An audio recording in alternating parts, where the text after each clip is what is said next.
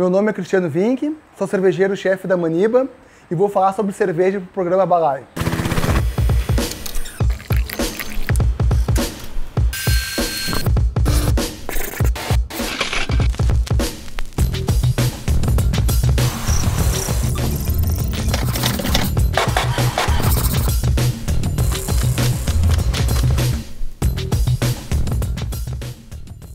A história da cerveja começa há 6.000 anos atrás. Coletores começaram a coletar grãos e esqueceram dentro de um jarro. Choveu e esses grãos fermentaram. Dias depois disso, eles acharam essa solução e tomaram e viram que essa solução tinha algo diferente, que era o álcool. E tomando esse líquido, eles viram que ficaram embriagados. Então, essa é mais ou menos a origem da cerveja. Daí começou todo o encantamento por trás da bebida.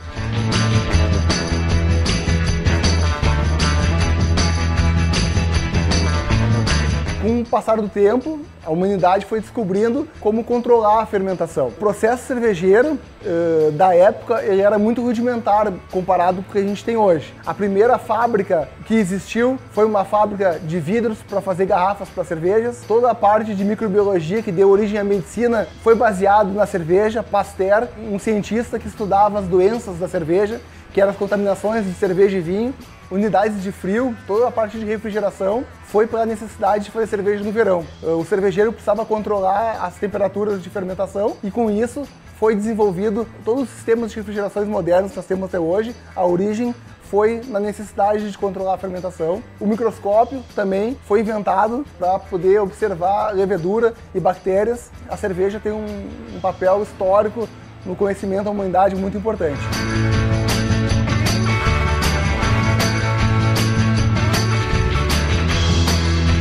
E toda essa história que a cerveja nos conta passa pelo romantismo, né? Que a cerveja alemã tem uma regra para fazer cerveja, mas o papel histórico importante da cerveja. No passado era muito mais seguro tu tomar cerveja do que tomar água, porque a cerveja era fervida e a água não. Então tu podia contrair cólera tomando água, mas quando tu tomava cerveja tu não ficava doente. Não se sabia por quê, mas era porque dentro do processo para a produção de cerveja, tu ferve a água, que é o último processo, né, do cozimento, tu ferve o mosto, então a cerveja tinha uma segurança alimentar importante para a época. Também uma moeda de troca, muito importante, porque todo mundo precisava de cerveja para alimentação do dia a dia, para água de consumo, então era uma moeda de troca muito importante da época, né? A cerveja era como pão, cerveja e pão sempre andaram lado a lado, né?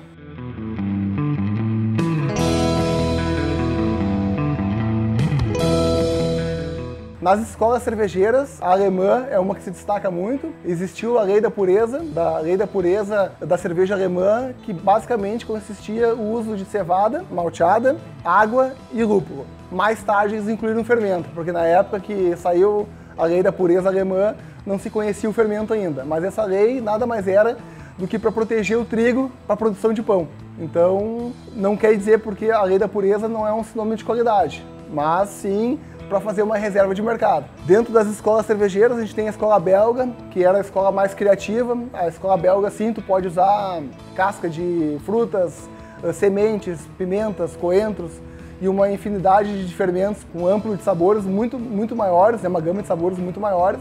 Então é a escola cervejeira mais criativa. Depois disso a gente tem a escola inglesa, que basicamente se dá pelo uso do lúpulo, né? O lúpulo no início não era muito usado, usavam ervas para quebrar esse dulçor residual da cerveja. E quando se descobriu o lúpulo, começou a se fazer cervejas mais próximas das cervejas modernas que nós temos hoje. O processo de malteação, que é a germinação do grão, que quando o grão é malteado, tu enche ele da água e ele começa a germinar. Para fazer a secagem se usava fumaça, né? Se usava a fonte de calor, era o fogo. E isso passava um caráter defumado para o malte. Então todas as cervejas do passado tinham esse sabor defumado. Então muito diferente do que é as cervejas hoje. Hoje uma cerveja defumada tem estilos. Tem uma Rauch Beer, uma cerveja defumada. No passado todas eram turvas, todas eram defumadas, todas tinham um residual mais doce. Muitas cervejas surgiram na Inglaterra, as Stouts, as Porters, as Pale Ale. E a cerveja Pale Ale que mandavam para o exército inglês na Índia, ela era mais lupulada para aguentar a viagem que era da Europa até a Índia. E esse lúpulo colocado a mais dava um caráter mais amargo para a cerveja. E isso virou um estilo moderno hoje, que é a India Pale Ale. Então todas as escolas cervejeiras, elas se dão não porque as pessoas, eu quero fazer uma escola de cerveja, tipo a escola brasileira de cerveja, que hoje não existe. Nós não temos uma escola, porque não tem nenhuma característica brasileira hoje que diga, não, isso é uma característica da cerveja do Brasil. Mas no passado, sim, o lúpulo diz que era uma característica da cerveja inglesa. As especiarias diziam, sim, que é uma característica da cerveja belga. Isso tudo pela matéria-prima da região. Na escola americana aconteceu uma coisa diferente. Os Estados Unidos, depois da massificação da cerveja lager, né, ao longo dos últimos 40 anos, algumas empresas, grandes empresas do mercado cervejeiro, foram fazendo cervejas cada vez mais baratas, de corpo mais leve e mais fáceis de beber. Hoje é a Pilsen que nós temos hoje. Os Estados Unidos resgatou os estilos antigos de cerveja, as stouts, as pale ale, as lagers mais lupuladas, as cervejas belgas, as cervejas com um teor de alcoólico bem mais alto. E essa redescoberta de sabores fez a Revolução Americana. O que é a escola americana de cerveja hoje? Tu pega uma India Pale Ale inglesa e usa um lúpulo americano, que ele é bem mais cítrico, o lúpulo inglês ele é mais terroso, mais herbal. Tu adiciona uma característica muito mais marcante, muito mais impactante. Então são cervejas mais alcoólicas, mais amargas, com um perfil de lúpulo muito mais presente, muito mais aromáticas, com um teor alcoólico muito mais alto.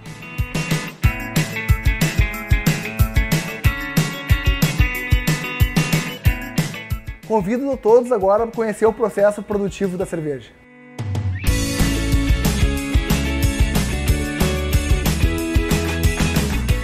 O primeiro processo da cerveja começa no campo com a produção do grão de cevada. O grão de cevada ele é colhido, ou grão de trigo também, grão de centeio, ele é colhido e vai para a maltearia. A malteação do grão da cevada nada mais é do que a germinação do grão, e quando esse processo de germinação inicia, a gente interrompe ele e faz a secagem do malte. Esse processo de malteação, de germinação, ele tem um objetivo, que é transformar o amido em açúcar, ou deixar algumas enzimas disponíveis para a hora da mosturação, que é um outro processo da produção que eu vou falar a seguir. Essas enzimas possam ser usadas na transformação do amido em açúcar. O processo de malteação consiste em tu colocar todos os grãos dentro de salas enormes. Esse grão ele é inundado com água e esse grão ele é revolvido todo o dia para que aconteça uma aeração, para que o grão não morra nesse processo. Ele vai durar alguns dias, geralmente de 3 a 4 dias. No momento que ele começou a germinar, o malteiro ele vai ver o grau de germinação se está correto, vai interromper, vai drenar essa água e vai começar com o processo de secagem. Conforme é o processo de secagem, vai dar os diversos tipos de malte. Nós temos maltes bases como malte Pilsen, malte Pale Ale, malte Munique, malte Viena, malte de trigo. Temos maltes especiais, alguns maltes caramelados, alguns maltes torrados. O malte torrado geralmente ele vai passar um caráter de chocolate, de café. O malte caramelo, como o nome já diz, sabores de caramelo, né? Então, o que determina isso vai ser o processo que foi feito na hora da malteação, né? Durante a secagem do processo. Depois que a cervejaria recebe esse malte, em sacos ou em caminhões, em bags, enfim, ele é moído. O processo de moagem consiste em tu quebrar o grão e separar o amido da casca. Tu não pode triturar demais a casca para não passar sabores fenólicos para a cerveja que são desejáveis. E o grão e a casca também não pode ser muito fina porque a casca ela é usada no processo de filtragem que eu vou falar a seguir. Nesse processo de moagem, o grão é moído ou úmido ou a seco. Depois que ele está moído, ele vai para a tina de mosturação, que é a primeira etapa do cozimento do mosto. Nós estamos na sala de braçagem, que é a cozinha. Aqui é uma triblock. As 3 tinas, as 3 panelas consistem em mosturação, filtragem e fervura. A gente vai fazer a conversão do açúcar, do amido em açúcar, para posteriormente na fermentação transformar o açúcar em gás carbônico e álcool. Na filtragem, nós vamos pegar esse mosto, que é essa solução de água e açúcar, que a gente converteu o amido em açúcar, nós vamos clarificar ela, nós vamos pegar todos os resíduos sólidos que tem nela e vamos ficar na cama, vamos ficar no bagaço do malte. Então a gente filtra, esse mosto é coletado embaixo e é tirado novamente em cima até o mosto sair límpido, sair claro. Depois que o mosto está límpido, está claro, vai para a tina de fervura. Na tina de fervura, o mosto vai ser fervido por 1 hora e meia, depende do estilo. E aqui vão ser adicionados os lúpulos ou as especiarias na cerveja, que vai pimenta, por exemplo, coentro, casca de laranja, que vai no final da fervura. O lúpulo vai passar esse sabor gramíneo, herbáceo, floral, resinoso, cítrico, conforme for a variedade do lúpulo. Depois que o mosto foi fervido, a gente faz o whirlpool, que é o processo de centrifugação, para todos os sólidos se depositarem no fundo e a gente tirar só o mosto fervido. Esse mosto fervido vai ser resfriado no trocador de placas e vai para dentro dos tanques de fermentação e maturação.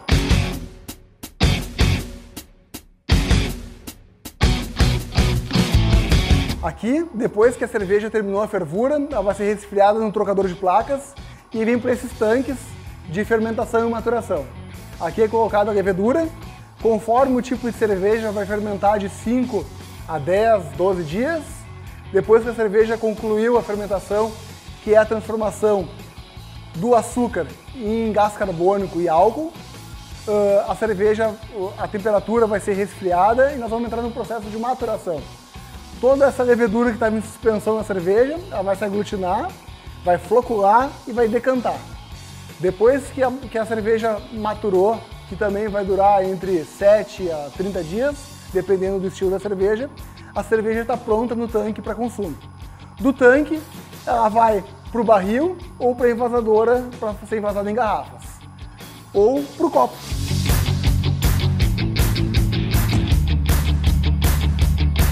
Saúde!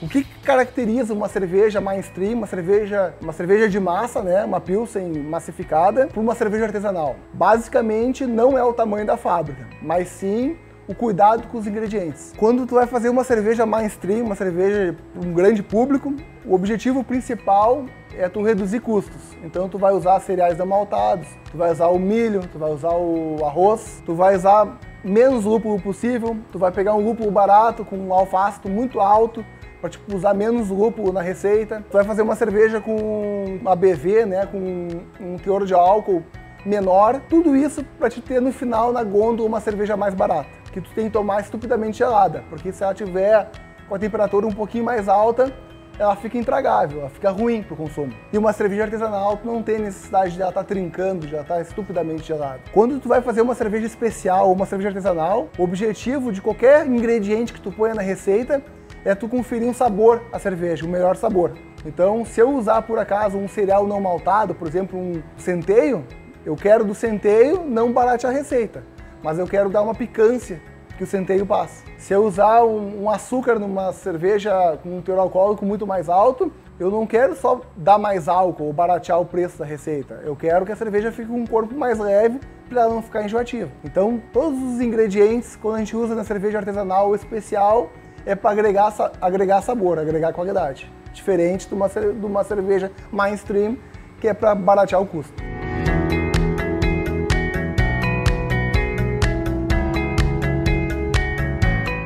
A legislação brasileira hoje trata chopp e cerveja como duas coisas diferentes. Tudo é a mesma coisa, é a mesma bebida, só que o chopp não é pasteurizado e a cerveja em garrafa é pasteurizada. Mas no mundo isso não existe. Se a cerveja for pasteurizada ou não, ela continua sendo chamada de cerveja. Geralmente os barris não são pasteurizados porque a cadeia é muito mais simples, porque tu não tem que botar um barril para vender no supermercado fora do gelo. Tu vai pegar o barril, vai tirar da fábrica e vai levar direto pro bar. Então vai toda a cadeia vai ser refrigerada.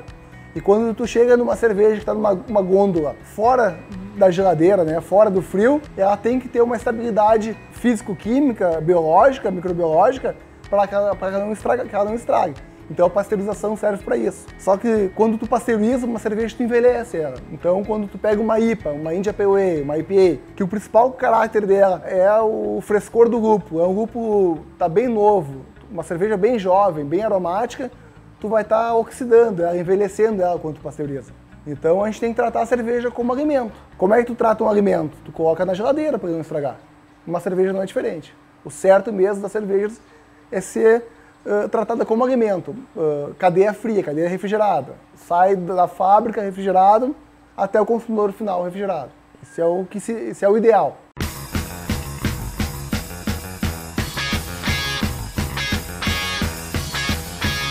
Sobre termos técnicos da cerveja, a gente tem o ABV, que é álcool par volume, que nada mais é do que a quantidade de álcool por volume de cerveja, que é o que está expresso nas garrafas hoje. Pegar uma cerveja que está escrito lá 5,5 de álcool, 5,5%, é que em 1 litro tem 5,5 de álcool etílico nessa cerveja. IBU, International Bittering Unit, que é uma unidade de amargor. Para a gente fazer uma comparação, uma cerveja mainstream, uma Pilsen dessas que a gente compra no supermercado, ela tem em torno de 8 IBUs. As mais amarguinhas dessas que vende no mercado, tipo as garrafinhas verdes, tem 12 IBUs. E uma IPA tem 60 IBUs, 80 IBUs. Então é muito mais amarga. E esse amargor, a gente perdeu a capacidade de admirar ele com o passar do tempo. A indústria foi reduzindo o amargor da cerveja e a população foi não se acostumando mais com sabores amargos, azedos. E hoje a gente está recuperando esses sabores.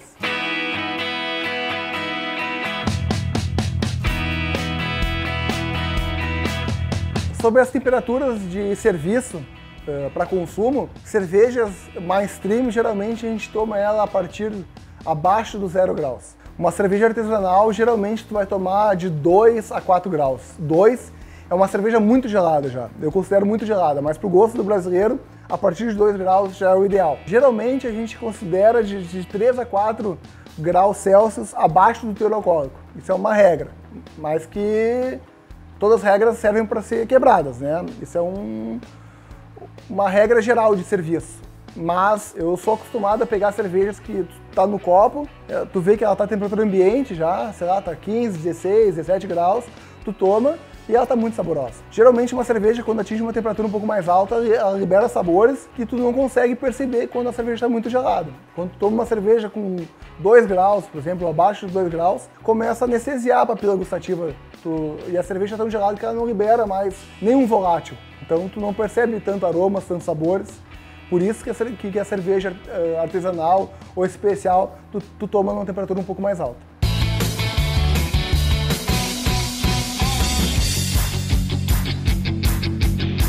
Sobre a harmonização de cerveja, geralmente a gente harmoniza a cerveja baseado em sabores próximos ou muito antagônicos. Um exemplo clássico de harmonização é tu tomar uma Stout, que é uma cerveja escura, que tem notas de café e chocolate, harmonizando com uma sobremesa com mousse de chocolate, com brigadeiro, com brownie. Comer uma feijoada, que vai uma costelinha de porco defumada, com uma house beer. Uma cerveja mais potente, como uma IPA, uma comida mais apimentada, uma comida mexicana, ou uma Vitibir, que tem uma refrescância da casca da laranja, tem um cítrico ali no meio, com uma comida japonesa, que usa também o limão em algumas receitas, tem o wasabi, que ele é bem picante. Então a harmonização não tem regra, mas basicamente é ou completamente antagônicos ou por proximidade. Então, eu aconselho para quem está entrando no mundo das cervejas artesanais, começar com uma cerveja de trigo, uma cerveja belga, depois passar para uma Bohemia Pilsen, as Pilsens tchecas, que são mais amarguinhas, as Pale Ales, depois entrar nas Indias Pale Ales, nas Stouts, nas Porters, nas cervejas mais alcoólicas, porque é um mundo à parte. Os sabores e aromas que a cerveja artesanal especial te proporciona é gigantesco. Não existe pessoa que não gosta de cerveja, ela não descobriu o estilo ainda.